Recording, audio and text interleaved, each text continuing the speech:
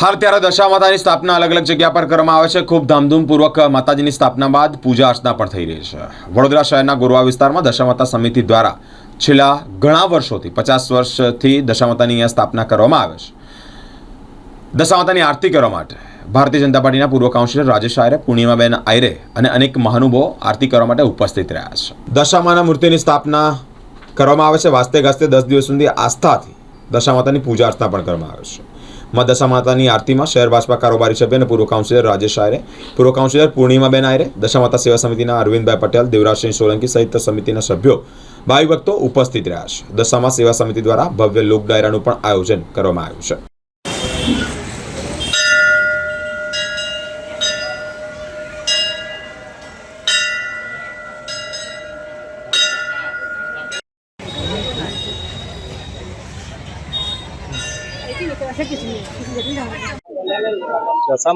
દશામા સેવા સમિતિ દ્વારા દશામા વ્રત નિમિત્તે માતાજીને વાતે ગાતે આપણે શોભાયાત્રા સાથે દશામાની આપણે મૂર્તિની સ્થાપના માટે મૂર્તિ લાયા।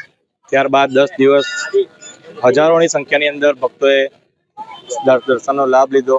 દશામા સેવા સમિતિ દ્વારા ખૂબ સરળ સારી એવી સુવિધા કરવામાં આવી। કોર્પોરેશન થોડા ward number 9, ward number 11, ward number 8ના બધા કોર્પોરેટર દ્વારા મને સારો સહકાર મળ્યો। તેનાથી બધી વ્યવસ્થા સારી રીતે જળવાઈ રહી છે અને લગભગ આ 50 વર્ષથી આપણે દશામાની મૂર્તિની સ્થાપના કરી રહ્યા છીએ। સૌથી જૂનામાં જૂનું મંદિર ગોરવાનું કહેવામાં આવે તો દશામા મંદિર, દશામા તળાવની બાજુમાં વર્ષોથી અમે આ માતાજીની સ્થાપના કરીએ છીએ। જાગરણ નિમિત્તે દશામા સેવા સમિતિ દ્વારા લોક ડાયરાનું આયોજન કરવામાં આવ્યું છે। તો આવતીકાલે જાગરણ નિમિત્તે રાત્રે 9 કલાકે લોક ડાયરાનું આયોજન કરવામાં આવ્યું છે। મારા તમામ ભાવિક ભક્તોને ભાવભરી આમંત્રણ પાઠવું છું। મારું નામ દેવરાજસિંહ સોલંકી, દશામા સેવા સમિતિ ગોરવા। મંદિર આપ જાણો છો કે વર્ષોથી એટલે 50 વર્ષોથી પણ વધારે વર્ષોથી એક નાનું મંદિર હતું, જ્યારે ગોરવા ગામ જ ફક્ત હતું અને ત્યારથી વર્ષોથી આજે તમે જાણો કે ગોરવા, ગોત્રી, સુમાનપુરા, એલોરા પાર્ક, આજુબાજુના તમામ વિસ્તારના લોકો, ઉંડેરા હશે, સેવાસી હશે, એવી રીતના દરેક જગ્યાના લોકો એક ગણપતિ માં દશામાનું વિસર્જન કરવા આવે છે।